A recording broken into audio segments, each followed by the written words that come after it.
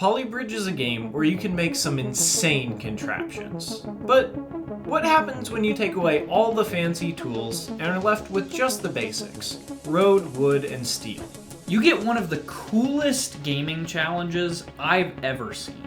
Over 600 levels were beaten across 3 separate games under these very stringent restrictions. There was a level that took 2.5 years to beat. Levels were beaten without using any roads and only using roads. 2 game-breaking glitches were discovered for the sole purpose of beating this challenge. And it was such a big undertaking that all of the insane replays that have been running behind us are the rejects that weren't good enough to include in the rest of the video. But unfortunately, this story doesn't start with all these amazing bridges, but with some of the worst you've ever seen. We're going wood only. Rope only. No! I was watching a Ludwig video where he was really struggling with hydraulics and going to pretty outrageous lengths to try and avoid them. And something about that just really clicked for me. So I thought it'd be fun to try that myself in Polybridge 2. And though the rules were looser then, only hydraulics weren't allowed. And honestly, the only reason we're even making videos at all is because of that decision. So are you saying you became a content creator because Ludwig is bad at video games? Yes. Working through the early levels was pretty easy for the most part. There were a couple that were a bit too difficult, so we skipped them for now. But then we got to 2:16, where I made this bridge, which I was super proud of. And that's what got me into the challenge in the first place, is I made this one, then I was kind of sold from there on out. And once we were totally bought in, we proceeded to work through a lot of the rest of the levels, which at the time was just worlds 1 through 4. But since we do not have nearly enough time to go through all of the levels individually, here's a couple techniques that prove especially helpful throughout the entire challenge. The first technique is pretty simple. Just go over the boat, or in this case, the plane.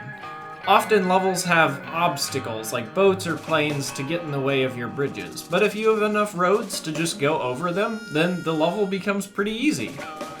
Now, levels like this could actually pose quite a challenge, because the first car needs to go to the upper platform, but then the second car needs to go down to the lower platform, and we don't have any hydraulics to move all our roads around. Luckily, a lot of hydraulic levels have what's called a hydraulic controller that lets you drop off materials, so we can actually just discard the roads we don't need anymore down into the void. So all you need to do is build 2 bridges and just drop off the roads you no longer need. And these 2 techniques get us through basically every hydraulic level in the game, which at the time is all we were doing. Though, to be clear, we were still absolutely terrible at the game. Just take a look at 113, redraw. Now, to be frank, this is honestly one of the worst solves I have ever seen. Yeah, it's terrible. And I did it! But honestly, it just goes to show this game is very hard, and it's hard to communicate just how hard the game really is. If we show you a solution that works, it looks super easy because everything works flawlessly, but a lot of hours go in to make sure that that's the case. So to give you guys just a taste of what that's like, we're gonna have this level from PB3, which is probably about average difficulty-wise, and it'll be going on in real time in the background, so you guys get a taste for how progress typically happens. So, while that's going on, even though we suck at the game, we managed to work our way through it. Obviously with terrible, over budget, and sometimes breaking solutions, but we were feeling pretty good about ourselves. I mean, we did it. And then we made the classic mistake of thinking we were the first people on the internet to do anything, and discovered this video by ᶠᵒᵘⁿᵈᵃ. Obviously, watching through the video, there's some ridiculously cool solutions in there that didn't occur to us at all. But more than anything, the video revealed to us a couple things. Number 1, we're just terrible at the game. So bad. Or not even close to as good as ᶠᵒᵘⁿᵈᵃ. But the second thing is, he abused the heck out of springs. And don't get us wrong, That was really cool, seeing ᶠᵒᵉ launch cars across the map like a fire truck. But it did make us wonder, how much did we actually need springs? Because we did levels without springs that he used them on, and so we were just wondering, did we really need them? And then while we were in that mindset, we also figured out maybe we don't need rope or cable either. And so we decided to test it by going to one of the first rope levels in the game. And honestly, it wasn't that bad to get rid of. You just delete the rope and replace it with the same sections of wood, but just smaller. And it essentially works the exact same way. So with that technique, we could breeze through all of the rope and cable that we'd ended up using. But we figured springs would be a lot trickier to get rid of. Take this level, for example, 110 first jump. It might not look too difficult at first glance, but we're actually cheating here. You're only allowed to use 8 roads. The ability of the developers to limit the amount of roads we have will cause some of the hardest levels down the line. But for now, it's not actually that bad.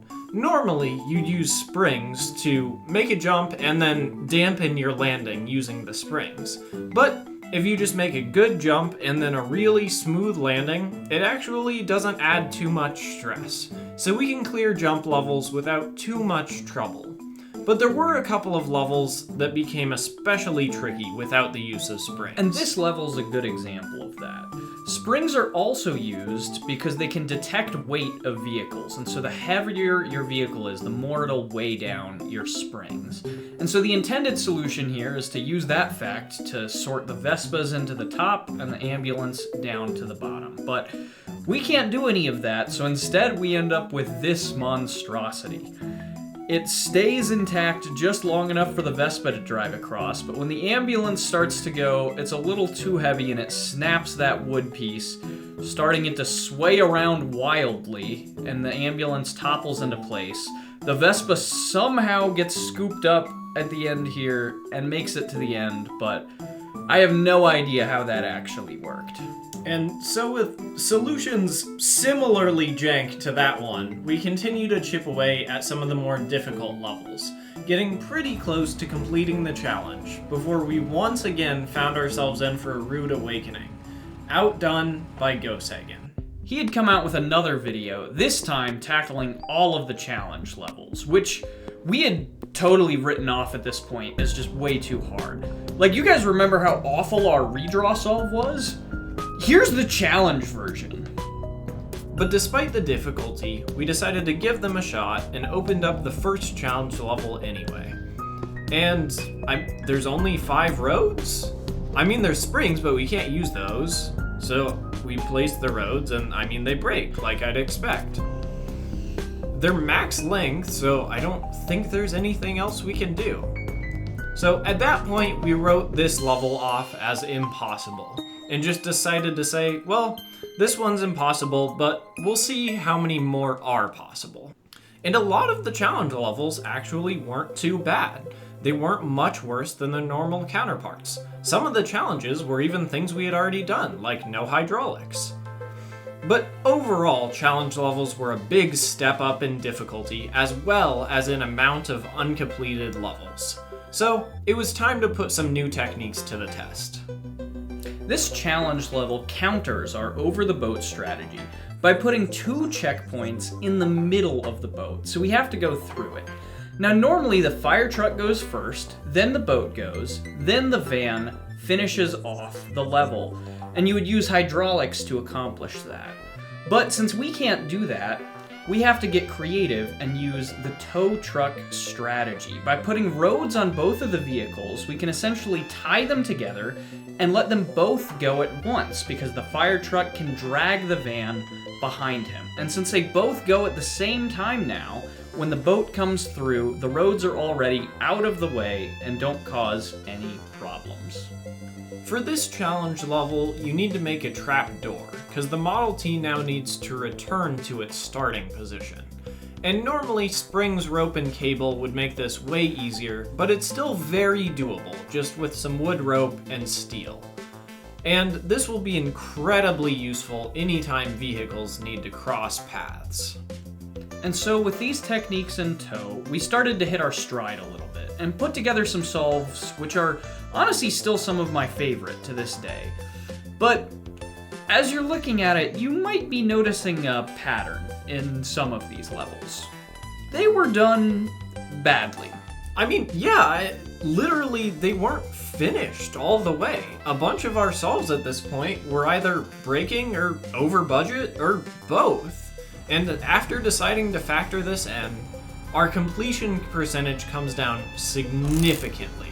But we're working towards a loftier goal. And so we continued to make a lot more progress, actually managing to complete every single level. Except for 11C. Yeah, not that one. That one's impossible. But the rest of them we did manage to finish. There were some that were still breaking or over budget, but it just didn't seem like they were possible to finish any other way. 113C, for example, has this really big boat in the middle with a checkpoint, so you can't really avoid it. And I'm kinda shocked we found a solve at all. But apparently you can build an arch over and create a swing for the ambulance that breaks in order to activate it. But obviously this is breaking and over budget, so we're not even close to a full solve on this one. Next, there's 215C. We already showed you guys the normal version of this level, but in this case there's no rock or balloon. So all that up and down motion that the bridge has to do, we have to generate totally on our own. And so we managed to do this with a giant lever, but we are way over budget and it is so close to breaking already. I don't think there's a way to get it cheap enough. Not to mention 312, which really shows the difficulty of limited roads. Both the fire truck and ambulance need to get the checkpoint in the middle of the boat. And if we had unlimited roads, we could just tow truck it across and it'd be totally fine. But we don't, so we have to get creative. So the fire truck goes through, and then there's a swinging section that the boat breaks and it falls, but doesn't get broken. So the ambulance then has a road to drive on in the middle, but it's breaking and very over budget. So at this point, we actually got pretty dang close, with less than 10 levels left to fully complete the challenge. And that's when the devs decided to screw us over. They updated the game to add a whole new world with really, really hard levels. And it was a huge ramp up in difficulty that really pushed our talents to their limits. We had to use a friction-based timer mechanism, weird swinging trapdoors, and vehicle backflips to get through the level. But very ironically, the level that was the hardest to solve was just a regular bridge. A really big regular bridge. But steel isn't available, so you have to support the whole thing with only wood and road instead of using rope or cable like intended. And so we tried a bunch of different techniques, but we couldn't even get the bridge to support itself, much less the semi-truck. So, at this point, we decided to ask for help. And for the first time in this challenge, the community got involved. And the level that had proved impossible for us, Popcorn was able to finish in only a couple hours with this incredible design. But the community didn't stop there, and they actually quickly got to work showing us that all of the problems we were having were just skill issues. 55C, we could only manage to do it with a super over budget, massive multiple bridge solution. But Soro easily was able to tackle it with some good movement. And 516 in a similar fashion was tackled by Smithy, who by wedging the van against the counterweight was able to essentially skip a hydraulic phase, making the level possible. And finally, 313, you can do some insane around-the-world maneuver, as opposed to the only way we could manage to do it. But still, an important technique, catapult. Materials in Polybridge have weight, so one of the easiest ways to get a car to go somewhere it can't drive to is to add a counterweight and then launch it with a catapult. 511 is a great demonstration of this technique, as it actually requires 2 catapults to beat the level. But the community had already advanced way past our techniques, as well as our ambition. When we brought the challenge to them, instead of congratulating us for the progress we had made thus far, they questioned why we hadn't done more, and done the same thing in the previous game.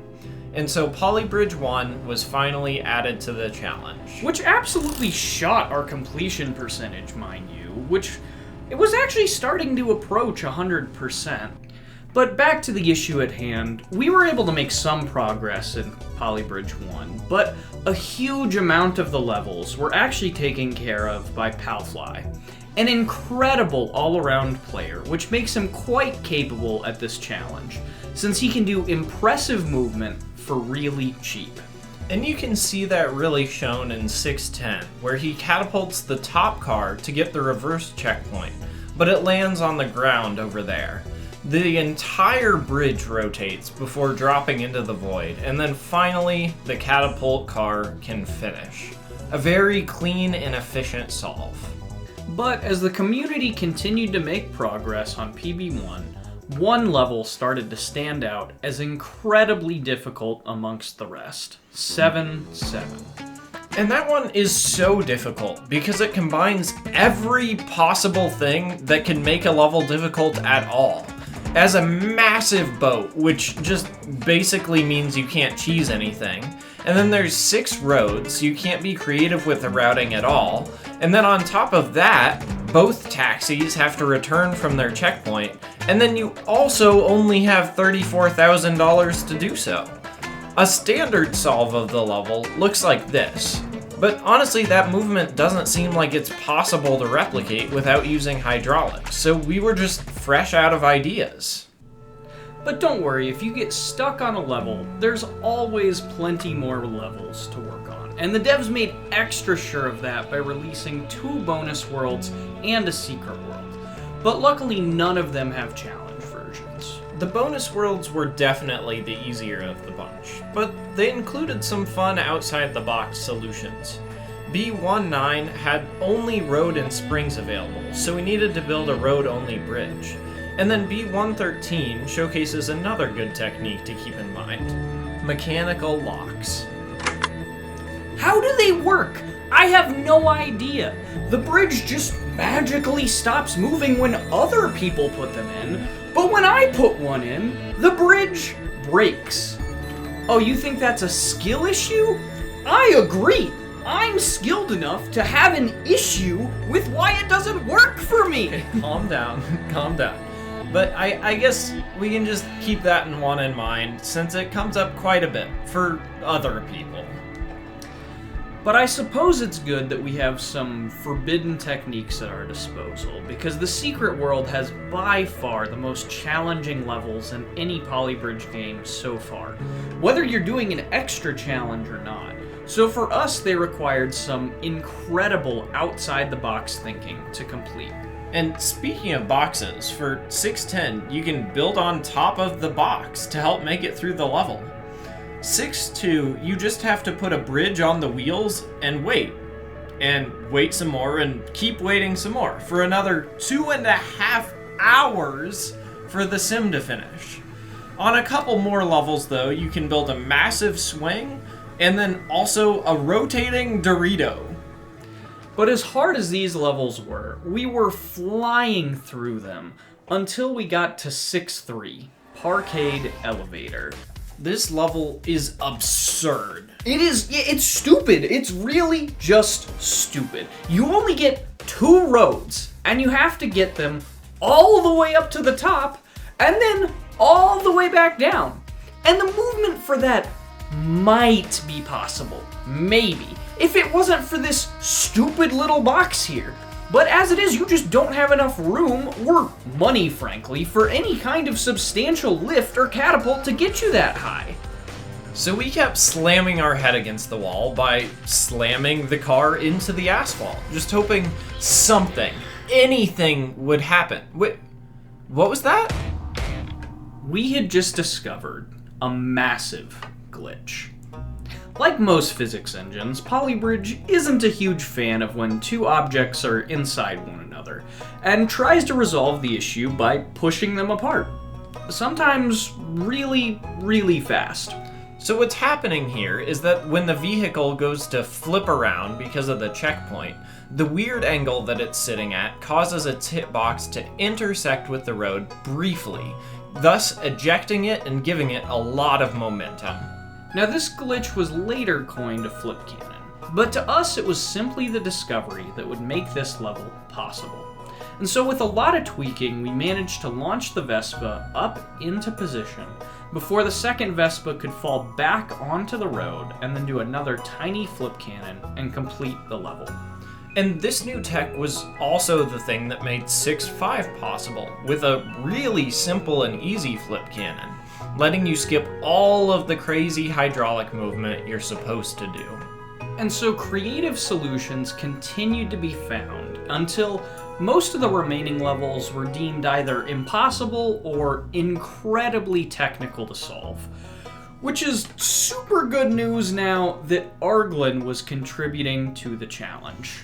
ŌĆ£ŌĆØ is an incredible player at using hydraulics, which, ironically enough, makes them one of the best players at avoiding them. Since they have such an intimate knowledge of a bunch of linkages and ways to move things around that basically just seem like magic to us. No clue how they work. But it allows them to solve hydraulic levels in the quote-unquote intended way, just without using the hydraulics. I mean, take a look at ŌĆ£ŌĆØ here. He drives across, I don't really know what's happening. Did they just 360 us? We just got 360 no-scoped in the middle of a level. That's outrageous. That's what ŌĆ£ŌĆØ does. And while ŌĆ£ŌĆØ was using their expertise to fly through Polybridge 1, we were very slowly improving our own skills and movement to be a couple levels, managing to beat 215C under budget, and then creating some really jank movement on 612 to beat it. Not even close to clean, but it did work. Overall, things were going super well, and realistically, we only had a couple more levels which needed to be tackled. But just as the finish line seemed within reach, the rug was once again pulled out from under us with the reveal of challenge levels for the secret world. And these were the hardest levels we'd ever seen up to this point, but as if that wasn't enough, the devs also made the announcement of Polybridge 3 at the same time. Which normally I'd be stoked about, but now, in order to ever see 100% completion, we had a ticking clock before Polybridge 3 released. And with the introduction of all these super difficult levels, we're gonna need to lean into something that we haven't really had to before. Jank.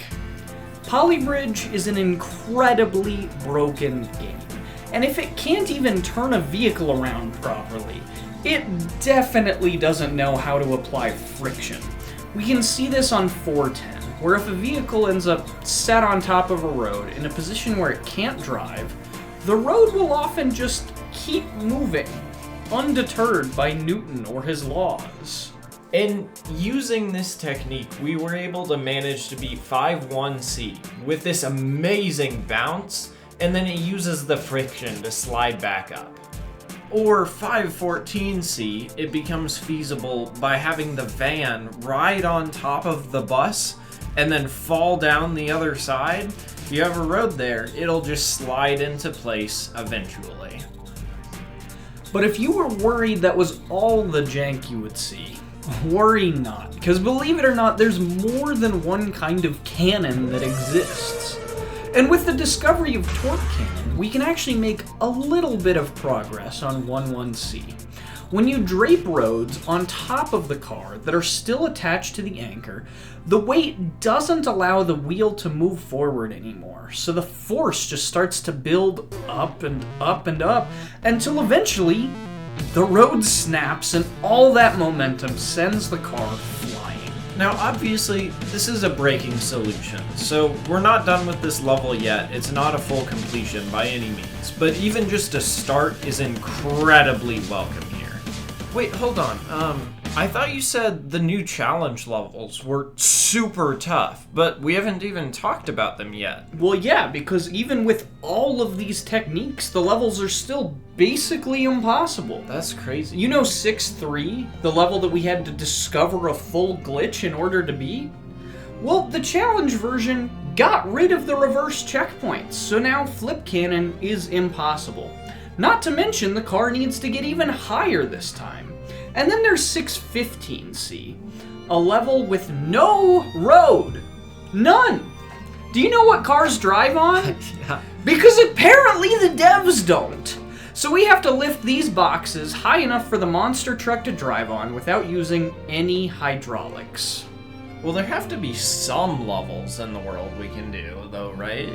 I mean, yeah, but let me just show you how outrageous they tend to be. Alright. So in ६7C, you have to alternate between supporting the bridge from the anchor and from the shapes at the side. And then there's a lot of boats and planes coming through to make sure that that's the way you're going to solve it. But all of that movement that's necessary to get that solved seems just totally unfeasible, at least for us, in a level where you have so little space to work with. I mean, if we build a large arm or anything, it's just going to get chopped off by a boat or a plane. So then what did we do then? We have to drop in supports from the sky. And then at that point, we can release from the bottom anchor, and then re-grab it later while releasing the sky supports before the semi can finally get to the end of the level. And that's just one of 16 levels. So based on that, I take it the community wasn't on pace to finish before Polybridge 3? Not even close. And actually, everyone who was working on these levels got so sick of trying to slam their head against the wall that we ended up just adding more levels to the to-do list, all 100 of the weekly levels from PB2, which meant we're a lot further away from finishing the challenge, but there's a lot more to work on that isn't incredibly frustrating. Week 8 specifically has a very fun solve, including what I like to call the triple catapult. Week 61 has this weird wobbling mechanism that can sort the vehicles into the right areas. And finally, the solve on week 50 includes a Bop It bridge. Twist it, pull it. And I know what you might be thinking. Doesn't that bridge break? And of course, you would be wrong, at least according to the game. Polybridge only cares if your bridge breaks before the car gets to the flag, so any amount of destruction after that is completely fair game. But a few fun weekly solves could only delay the inevitable for so long. And before we knew it, we had a brand new game on our hands. Like any good sequel, Polybridge 3 introduced a ton of new concepts, every single one of which happened to be bad for us. First of all, they introduced a brand new material, foundation, which acts as a wall with an anchor on top. Now obviously we aren't allowed to use it, so we just have to hope that the devs didn't build any levels with them in mind. Next, they introduced the idea of build zones, which limit the area in which you're allowed to place materials. Definitely scary, considering it limits our options quite a bit. But probably the worst change of all was pre-built materials. The devs are literally just adding forbidden materials into our levels, and we can't delete them. But those materials are free. Well, what do I care how much they cost if we aren't allowed to have them? Well, in my estimation, if they're free, and we don't use them for anything, they shouldn't be considered a part of the bridge. I mean, I don't know, they still exist. To do what? Their purpose is that of futility. They are unwanted, cost nothing, and affect nothing. From a utilitarian standpoint, they may as well not exist. If a hydraulic falls into the void, nobody cares. But before we get too deep into the philosophical weeds, PB3 was when we first started streaming. And one of the streams we did highlighted the current progress that we had done on the challenge. So we went through everything that had been done so far, even the weeklies, though they didn't have much done at the time. And Keela Lalabo took that personally. They had made probably the most individual progress on the weeklies thus far, but every level we mentioned that was unfinished, Keela would immediately get it done before we could even move on to the next level. They're very good at smart, efficient movement for cheap, which helps especially with weeklies, since many of them are hydraulic-focused levels. But not even Keela could tackle week 84 because it was broken. Like, literally the devs built it wrong. And that's not hyperbole or anything. Like, they messed up and made the level basically unplayable. Once it gets to its stop checkpoint, the van just doesn't go. It doesn't drive. This level is supposed to work like this, with the van driving after the truck gets to the far side. And even if it worked correctly, it'd probably still be a very difficult level, with limited roads, a tiny budget, a big boat, and a whole lot of movement required. But since the level is broken, in order to solve it, you need to move the van all the way across this gap, somehow replacing every single hydraulic here with only 50k. It's just simply not possible. But moving back to levels that are at least theoretically completable in Polybridge 3, we wanted to be able to finish all of them, but we knew we didn't have the tools for it yet. So we got on a call with Ardwin and had them teach us all there was to know about movement. Now, most of it went entirely over our heads, but we were able to take away one key lesson: dampeners. Instead of trying to catch a falling set of roads from above with a ton of steel rope, which requires a bunch of extra supports and adds a lot of stress, you can instead catch it from underneath with some collinear steel.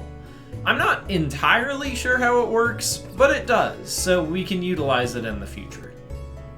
But before we can get too fancy with dampeners, we really need to figure out just how to avoid using the newest material, foundation. And since it's typically utilized as an incredibly strong support on a massive level, avoiding them is as simple as building an incredibly strong bridge. So here on this level, what we can do is just build an enormous arch, which just barely comes in under budget, instead of the simple flat roads that you could do with foundation. And if you find a level where the devs put a pre-built foundation in, you can just build over it. But we also had to worry about levels with build zones. And while some of them are really simple jump levels, others can be incredibly difficult puzzles to figure out. Take DSO3 for example. Wait, don't we just lose here? I mean, there's these pre-built springs that we can't delete, and the camper immediately drives over them. Well, yeah, true, but this is where I think build zones actually come to the rescue. Since the game tells us where we're allowed to build our bridge, I'm inclined to agree. It costs no money, and it's outside of where we're allowed to build, so that's not our bridge. That seems fine, I guess, but then how do we actually beat this level then? Because of the build zone, our materials have to fall. So I guess we just have to survive this insane impact without a single spring then. It is incredibly difficult, and we barely managed it, ending way over budget, but potentially someone else could figure it out under budget. Well, I mean, as long as that's the toughest build zone level, we're probably doing pretty alright then. It's not. Let me introduce to you RTA 13, the impossible level. There have been other levels so far that seem impossible, where you might not be able to do anything, but this is the first truly impossible level we've come across. First of all, you can't even place any material besides foundation since there are no anchors.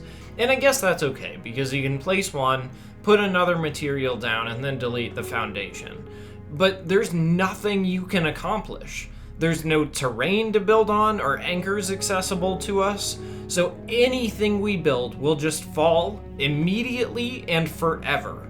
And even if you put a material at the very, very top of the build zone, it'll end up way below the water before the truck even starts moving. So even though full completion was kind of off the table at this point, we still wanted to see how far the challenge could go. And though our skills were about at their limits, µᵗ's weren't. Like we predicted, he was actually able to get DSO3, under budget, and unbreaking. Somehow. And ৬15ᵍ, a level without a single road, he managed to finish through this incredible double catapult design. But one of µᵗ's best skills is budgeting, or making bridges cheaper. So any difficult or expensive level which involved the whole community, often µᵗ would be the one who would eventually get it under budget. In RTA 5, you have to go way out over the water to grab a checkpoint, and then get out of the way of this massive boat. Several people worked on it, and then µᵗ got it under budget. On 113ᵍ, the ambulance has to lower its own bridge into place without any hydraulics. But once the community got a good design, µᵗ shaved it and got it under budget. But it wasn't just µᵗ contributing. 510ᵍ had a whole laundry list of contributors before it got done, and it was one of the hardest budgeting challenges in the game.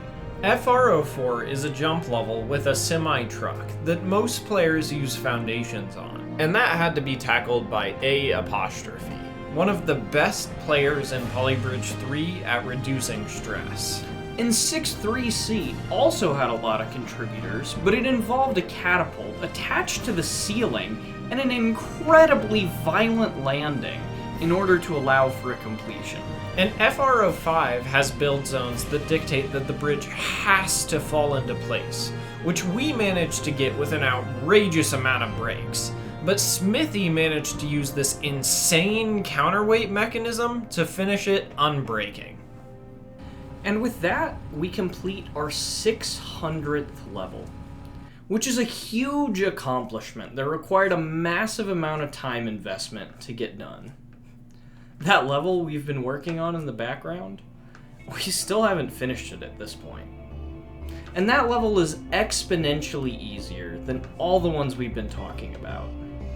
But with this much time already invested, it was time to activate our secret weapon, the sunk cost fallacy. We were left with 4 impossible levels, one from each game. But we had put too much into this to give up now. We were so tantalizingly close. We just needed to revisit each level and see if we had possibly missed anything that could give us any hope. And so we started with 11ᵍ, and the whole community started trying to get an unbreaking torque or anything else that could possibly work, but nothing was successful. However, the breakthrough we needed didn't actually come from these attempts, but from the unbreaking budget leaderboards. In Polybridge, the cheapest way to finish almost any level is always to send a vehicle flying across a gap. And though it's possible almost everywhere, we can't utilize it because it ends up breaking the roads. However, this new discovery didn't. And so pretty quickly, Fake managed to get this solve. Enough roads are going to fall on the car here, such that it activates its fight or flight response. I'll let you guess which one it picked. With the first impossible level finally complete, the next target was week 84. And we actually made a pretty big step forward with the realization that since the van was meant to be able to drive, it actually could if it somehow picks up its checkpoint before the truck gets to its spot. And so Arglin was able to create a proof of concept to get the bridge to avoid the boat and the van to start driving. However, it used unbreakable mode, and it didn't have a plan to get the van back to its flag. And so, looking at the levels we had left, we knew this was probably our last chance to make a meaningful contribution.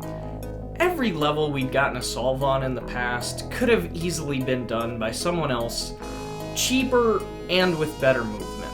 So it was time to make a real difference here by relying on our unique skill set: ridiculous, terrible jank solutions. And so we tried the dumbest idea we could conceive of, a car stack. We added an illegal road just to test, and it turned out the idea worked. The truck gets on top of the van at the perfect time, and with that, the cars are able to make it to their flags. This was still just a proof of concept though, and someone would have to get rid of the extra road, shave it to be under budget, and get it to work without unbreakable mode on. So naturally, µᵉ was able to finish it up, getting another 100% complete solve on an impossible level. Now this left µᵉ as the clear next candidate to tackle, but it wasn't looking great. Arglen had actually managed to get a theoretical solve using unbreakable mode for around 2 years now, but no one had got it working yet because it was literally a slot machine. First, the bridge needs to raise above the boat without breaking, which maybe 1 in 3 attempts do. Then it had to fall back down and not break. And for some perspective on that, we did hundreds, if not thousands of attempts, got many of which to avoid the boat, but not a single one managed to survive the fall. And so, all of the community continued to go to the lottery together until finally Arkin managed to get a bridge that survived. It still broke, but the bridge survived, and so we were eventually able to get a breaking solve for the level. Which was amazing in its own right, but we weren't done yet. It was time to participate in one of my favorite activities, the gambler's fallacy. We were due. And so with enough random tweaks and simulations, Maddie finally got a successful fall. But the stupid bridge didn't lower quickly enough for the taxi. I mean, what do you even do here? It took 2 years to find one sim where the fall worked. We weren't gonna be able to find another one. But thankfully, µᵉ was able to save the day through one small tweak. One of the nodes got stuck on the ground as the bridge was lowering. So all he had to do was make that a split joint and allow it to pass through the terrain, and that was all it took. The community had finally prevailed against the odds. 7-7 was done. But unfortunately, that's where our luck ran out. As much as we'd like to have a true 100% completion rate, like we said, RTA 13 truly is impossible. Without fully breaking the game, there's nothing we can do. But 603 out of 604 levels is still pretty dang impressive. So even though we didn't fully complete every level, we were satisfied with ending the challenge here. But µᵉ wasn't, and he found the most game-breaking glitch of all. First, open up Sandbox and make a level. Any level, it doesn't really matter. But publish it to Workshop and then submit a replay to the gallery. Then head back to the main menu and open up your replay, and then click View in Workshop and then Edit. And at this point, you're somehow both in the menu and in the sandbox simultaneously. So you're gonna play the sandbox simulation and then enter a level.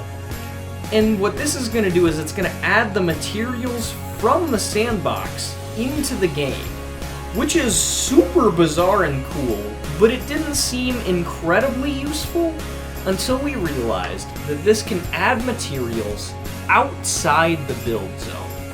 This is exactly what we needed. Even with this glitch though, the level is still very difficult. The span we have to cross is only 10 meters shorter than 510C, which took 7 people to beat it. And this time we don't even have any anchors to work with, so the bridge just has to balance on the terrain. And we gave it our best shot, but could only get this far. 60% over budget, and it doesn't even work at all without this illegal cable. So like a damsel in distress, we waited for someone to come and save us. And within a couple days, ťᵉ, one of the best budgeters in the game, came through with this design. And with that, all the impossible levels have been conquered. And every single level in the game is finally done.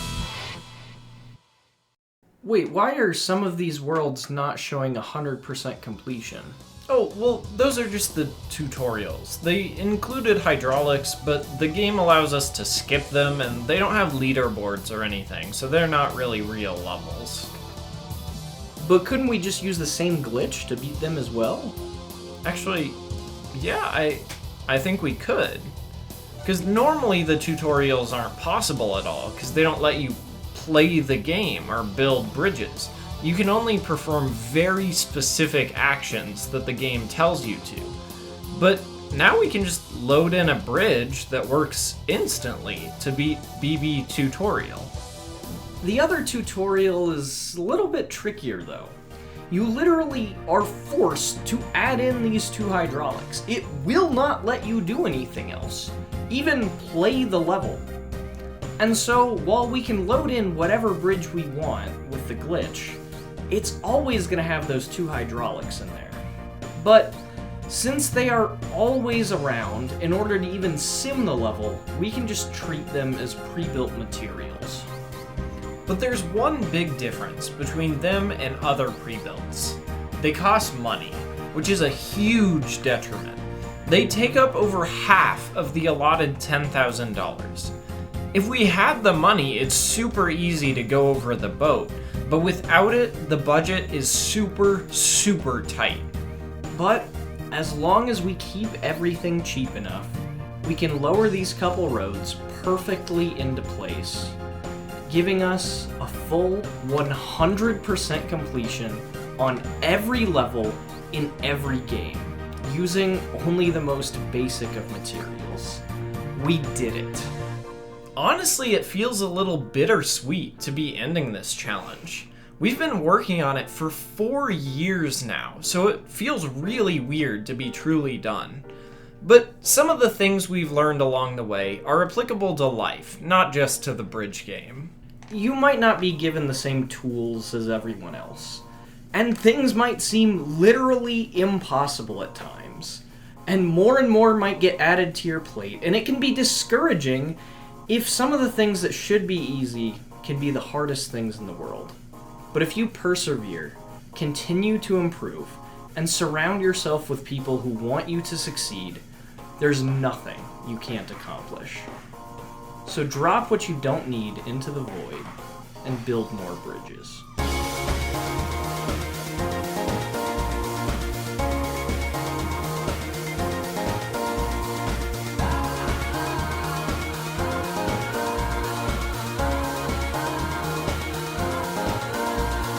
And remember the gambler's fallacy. You're due.